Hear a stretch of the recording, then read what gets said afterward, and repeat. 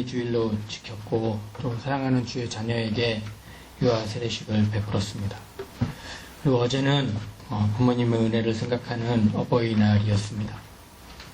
어떻게 자녀들로부터 만난 음식과 선물을 듬뿍 받으셨는지 모르겠습니다. 어쩌면 그 반대로 부모님을 그리워하며 또 보고 싶어하는 분들도 계시리라 생각합니다. 그렇습니다. 저를 비롯한 여기 계신 모든 분들은 각자의 부모님으로부터 사랑과 양육과 훈계를 받으며 자라난 자녀들입니다. 그리고 이제는 반대로 여기 계신 분들의 대부분이 자녀를 두신 부모님들입니다. 자녀를 키우다 보면 1년에 적어도 한두 번은 자녀의 병수발을 하게 됩니다. 자녀가 어느 정도 크면 어느 정도의 감기 같은 건 스스로 이겨내지만 자녀가 어렸을 때, 특히 갓난아이였을 때 한밤중에 열이라도 나면 노심초사하고 우는 아이를 끌어안고 같이 울며 밤을 지새우기도 합니다. 차라리 내가 보면 좋겠다.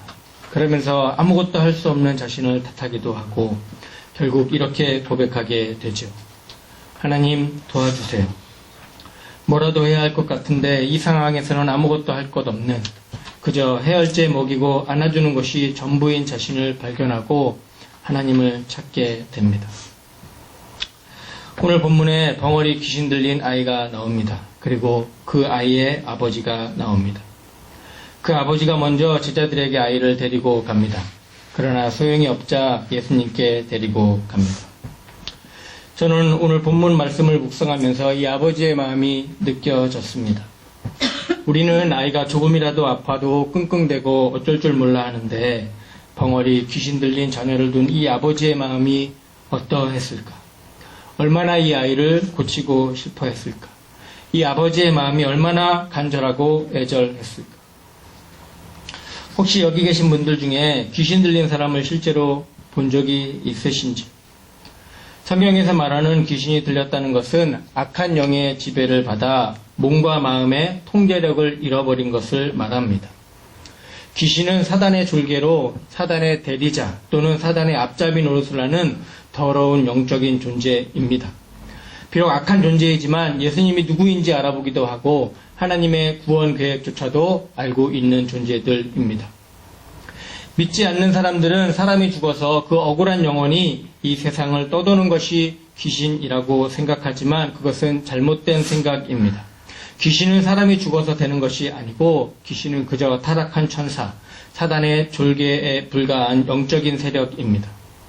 사람은 그냥 한번 죽으면 끝입니다. 몸과 영혼이 분리되고 다시는 건너갈 수 없는 강을 건너게 됩니다. 따라서 사람이 죽어서 귀신이 된다거나 죽은 영혼이 구천을 떠난다고 하는 것들은 다 사단이 우리를 속이는 것입니다. 단지 사람에게 두려움을 주기 위한 하나의 속임수에 불과한 것입니다. 그 때문에 그 속임수에 절대로 넘어가면 안 됩니다. 때문에 사도 바울도 에베소 6장 11절을 통해 마귀의 계계를 능히 대적하기 위하여 하나님의 전신갑주를 입으라 말씀하고 있습니다. 베드로도 베드로전서 5장 8절에서 9절 말씀을 통해 근신하라 깨어라 너희 마귀가 우는 사자같이 두루 다니며 삼킬 자를 찾나니 너희는 믿음을 굳게 하여 저를 대적하라. 이는 세상에 있는 너희 형제들도 동일한 고난을 당하는 줄을 알미니라 말씀합니다. 사실 오늘 본문 앞에는 예수님의 변화산 사건이 기록되어 있습니다. 예수님이 다른 제자 9명은 두고 단지 3명의 제자 베드로, 야고보, 요한 이 3명의 제자만을 데리고 산으로 가셔서 거기서 영광스러운 모습을 보이십니다. 그러나 산 아래의 상황은 산 위의 상황과 정반대로 그 남은 9명의 제자들이 큰 무리와 서기관들과 더불어 변론을 하고 있습니다. 아마 기록되어 있지 않지만 아마 남은 제자 9명이 망신을 당하고 있는 것 같습니다. 그것은 다름이 아니라 무리 중에 하나가 벙어리 귀신 들린 자기 아들을 제자들에게 데리고 와서 그 귀신을 좀 쫓아달라고 하였는데 제자들이 능히 그 일을 하지 못했기 때문입니다. 둘러선 무리들, 서기관들은 의기양양하게 아기찬 어조로 제자들의 무능력을 비웃었을지도 모릅니다. 그 상황에 제자들이 얼마나 비참한 처지에 처해 있었는가 충분히 상상할 수 있습니다. 예수님이 산에서 내려왔습니다. 주님이 그 상황을 아시고 벙어리 귀신 들린 아이를 고쳐주십니다. 오늘 본문의 사건은 분명 하나님의 아들이신 예수님께서 행하신 표적이고 이적입니다. 그러나 오늘 본문의 사건 그 기적 이면에 오늘 우리에게 독특하게 보여주는 교훈이 있음을 또한 발견하게 됩니다. 저는 이 본문에 등장하는 예수님과 귀신 들린 아이의 아버지의 대화를 통해서 그리고 그 뒤에 제자들과의 대화를 통해서 우리에게 반드시 필요한 두 가지를 말씀드리려고 합니다. 그리고 이 두 가지는 우리가 매일 듣고 매일 중요하게 여기지만 아주 간과하기 쉬운 것들입니다. 그 중에 첫 번째는 믿음입니다. 오늘 본문에 보면 이 귀신 들린 아이가 그냥 가만히 있는 것이 아닙니다. 불에도 들어가고 물에도 던져지는 그러한 상황입니다. 그 모습을 보고 있는 아버지의 마음이 어떨까요? 뭐라고 해주고 싶은데 아무것도 할 수 없이 그저 바라만 보아만 하는 그 상황. 아프다 못해 아마 무너지는 심정일 겁니다. 그러니 얼마나 고치고 싶은 마음이 간절했겠습니까? 결국 이 아버지가 예수님께 자기 아들을 데리고 옵니다. 그리고 예수님께 이렇게 얘기합니다. 오늘 본문 18절 말씀입니다. 귀신이 어디서든지 저를 잡으면 거꾸로 져 거품을 흘리며 이를 갈며 그리고 파리하여 가는지라. 내가 선생의 제자들에게 내어 쫓아달라 하였으나 저희가 능히 하지 못하더이다. 분명 제자들이 예수님을 만나기 전에 제자들에게 먼저 부탁했습니다. 제자들이 힘써 내어 쫓아보려고 했습니다. 그러나 그러지 못하고 실패하고 맙니다. 그리고 다시 예수님께 데리고 나오는 겁니다. 그 아버지가 예수님을 보고 이렇게 얘기합니다. 할 수 있으시거든 우리를 좀 불쌍히 여겨 주십시오. 만약에 할 수 있으시면 내 아이를 좀 살려 주십시오. 이 부탁은 조건절입니다. 조금 부정적인 의미가 담겨 있습니다. 부정적이라는 말에 의문을 가질지도 모르겠습니다. 분명 예수님의 소문을 듣고 아이를 데리고 온 것인데 어찌 부정적이다 할 수 있습니까? 아이를 데리고 온 자체만으로도 믿음이 있다 할 수 있지 않습니까? 맞습니다. 부정적인 의미를 담고 있다고 해서 반드시 믿음이 없다고는 말할 수 없을 것입니다. 그러나 분명한 것은 소문을 듣고 왔는데 이미 제자들에게 한번 실망하고 난 다음이기 때문에 부정적인 생각이 먼저 들었을 것입니다. 역시 안 되는구나. 정말 방법이 없는 것입니다. 그리고 이미 이 아이는 어려서부터 당한 고통이기 때문에 어쩌면 부정적인 의식은 당연하게 여길지도 모르겠습니다. 그런 상태에서 예수님을 만난 것입니다. 그 부탁에 예수님은 아이의 아버지와는 반대로 강한 긍정으로 답하십니다. 23절 말씀입니다. 할 수 있거든이 무슨 말이냐. 믿는 자에게는 능치 못할 일이 없느니라. 예수님이 지금 이 아버지에게 요구하는 것이 무엇입니까? 물질입니까? 아니면 재능입니까? 예수님께서 요구하시는 것은 바로 믿음입니다. 이 말씀에 이 아이의 아버지가 소리칩니다. 내가 믿나이다. 나의 믿음 없는 것을 도와주소서. 이 아버지는 자기의 믿음 없는 것을 전혀 부끄럽게 생각하지 않고 솔직하게 자기의 믿음 없는 것을 불쌍히 여겨달라고 소리 지르며 간청하고 있습니다. 다른 사람의 눈치를 전혀 보지 않고 자기의 부족한 것과 지금까지의 부정적인 생각을 뉘우치며 솔직하게 고백하는 것입니다. 요즘 많이들 힘들다고 합니다. 경제도 어렵고 남과 북이 정상회담을 했지만 그럼에도 불구하고 여전히 긴장감 속에 살아야 하고 사회는 어수선한데 집에서 애들은 왜 또 이렇게 말을 안 듣는지 거기에 내일 모레 이제 일본 선교도 있어서 그것조차 잘 감당할 수 있을지 걱정도 되고 그런데 여러분 우리가 정말 힘들 때 우리는 어떻게 하나요? 사단이 우리를 공격해 올 때 우리는 어떻게 하나요? 누굴 찾으시나요? 돈 있는 사람? 아니면 힘 있는 사람? 아니면 내가 당한 문제를 해결해 줄 사람? 그러나 예수님은 우리에게 믿음을 요구하고 계십니다. 솔직한 마음으로 주님께 나와서 예수님, 저 좀 도와주세요. 저의 믿음 없음을 좀 봐주세요. 그럴 때 주님께서 해결해 주십니다. 그것이 가능한 이유는 예수님이기 때문입니다.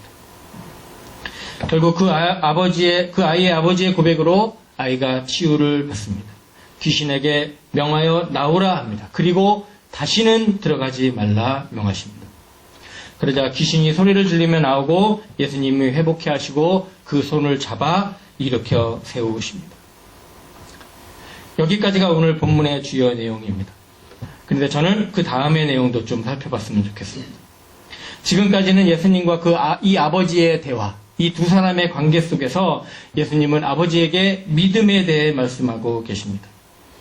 그러나 이 다음에 아이가 회복된 후 예수님은 제자들과의 대화를 통해서 말씀하고 있는 것을 보게 됩니다. 그것이 우리가 간과하기 쉬운 두 번째, 기도에 대한 말씀입니다. 오늘 본문 28절, 29절은 예수님과 제자들이 대화하는 내용이 나옵니다. 제자들이 예수님에게 묻습니다. 따로 묻습니다. 조용히 묻습니다. 우리는 어찌하여 능히 그 귀신을 쫓아내지 못하였습니까? 앞서 말씀드렸듯이 제자들이 분명 이 귀신 들린 아이를 먼저 만났습니다. 그리고 쫓아내려 했습니다. 그런데 실패했습니다. 여러분, 제자들이 왜 이것을 이상히 여겼는지 아십니까? 왜냐하면 제자들도 이미 귀신을 쫓아내본 경험이 있기 때문입니다. 자신들이 이미 그런 경험을 했기 때문에 그런 겁니다. 마가복음 6장 12절 13절 말씀입니다. 제자들이 나가서 회개하라 전파하고 많은 귀신을 쫓아내며 많은 병인에게 기름을 발라 고치더라. 제자들은 이미 많은 귀신을 쫓아내고 치유하고 기적을 일으키는 것을 경험했습니다. 그런데 오늘 본문에서는 실패한 것입니다. 왜 그럴까요? 왜 전에는 됐었는데 지금은 안 된 것일까요? 혹시 교만한 마음 때문은 아닐까요? 하나님이 은혜 주셔서 사람이 하는 일이 잘 되면 처음에는 하나님께 감사히 여기다가 시간이 가면 갈수록 내가 한 거야, 이거. 나니까 이거 한 거야. 라고 하는 그 교만한 마음 말입니다. 분명 하나님의 영광, 하나님의 은혜임에도 불구하고 그것을 나의 능력과 나의 자랑으로 여기고 나의 비석을 새기며 나가는 모습이 있었던 것은 아닐까. 사무엘상 15장에 보면 사울 왕의 이야기가 나옵니다. 사울이 하나님의 말씀을 받들고 아멜렉과 싸우러 갑니다. 하나님의 말씀을 들고 가니까 전쟁에서 어떻게 됐겠습니까? 당연히 승리했습니다. 그런데 문제는 돌아오는 길에 사울이 갈멜이라는 곳에 비석 하나를 세웁니다.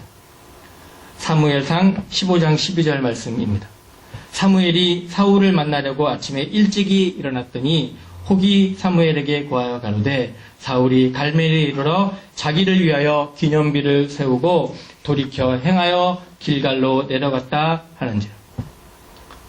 하나님의 은혜로 전투에서 승리했습니다. 그런데 사울이 돌아오면서 비석을 세웠는데 문제는 그 비석을 자기를 위하여 세웠다는 것입니다. 만약에 비석을 세우려고 했으면 싸움에 이기도록 해주신 하나님을 위해서, 하나님을 경배하는 비석을 세웠어야 합니다. 그 승리가 분명 하나님의 은혜임에도 불구하고 인간의 교만함이 그것을 망각하고 있는 것입니다. 마치 내가 잘해서 승리한 것처럼.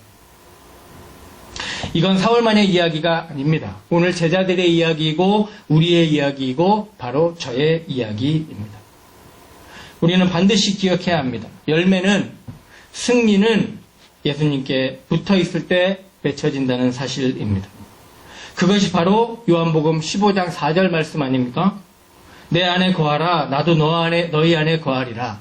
가지가 포도나무에 붙어있지 아니하면 절로 과실을 맺을 수 없음 같이 너희도 내 안에 있지 아니하면 그러하리라.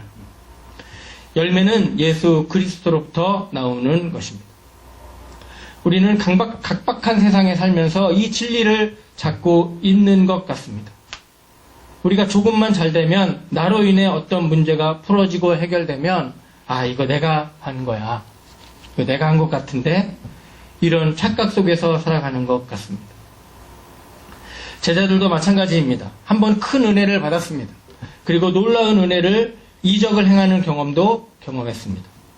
제자들도 나가서 귀신을 쫓아내고 병자를 고치고 그런 놀라운 일을 행했습니다. 분명히 앞서 마가복음 6장에서는 그랬습니다. 그런데 지금은 왜 안 될까요? 우리가 신앙생활 하면서 한번 하나님의 은혜를 받으면 그걸로 끝인가요? 그 한 번의 은혜가 평생을 가던가요? 제가 여기 계신 분들보다 오래 살진 않았지만 제 경험으로는 결코 그렇지 않습니다. 하나님의 은혜로 성령 충만을 받았지만 어느 순간 내 삶을 돌아보면 내가 원하는 대로 내 정욕대로 살아가는 나의 모습을 보게 됩니다. 그래서 우리는 예수님의 대답이 필요합니다. 본문 29절 말씀입니다. 기도 외에 다른 곳으로는 이런 유가 나갈 수 없느니라. 여러분, 우리 삶 가운데 정말로 하나님의 놀라운 은혜를 경험하고 싶다면 어떤 순간에도 내가 흔들리지 않고 날마다 하나님과 함께 동행하며 승리하는 삶을 살고 싶다면 우리는 기도해야 합니다. 이것이 예수님의 답이고 예수님의 방법입니다. 달리 얘기하면 제자들은 기도하지 않았다는 이야기입니다. 물론 놀라운 은혜를 경험했습니다. 병 고치는 능력도 행했습니다. 그러나 그 다음부터는 기도하지 않았습니다. 아주 안 했다고는 할 수 없겠지만 적어도 그 기도가 삶으로 연결되지는 않았습니다. 기도하지 않는 것은 교만한 것입니다. 왜냐하면 내가 그 문제를 해결할 수 있다고 믿기 때문입니다. 하나님을 의지하는 것이 아니라 나를 의지하는 것이기 때문에 그렇습니다. 하나님을 의지하는 사람은 기도합니다. 기도하는 사람은 하나님을 의지하는 사람입니다. 예수님이 제자들에게 요구하시는 것은 기도입니다. 오늘 본문에서 아이의 아버지에게는 믿음을 요구하시고 제자들에게는 기도를 요구하고 계십니다.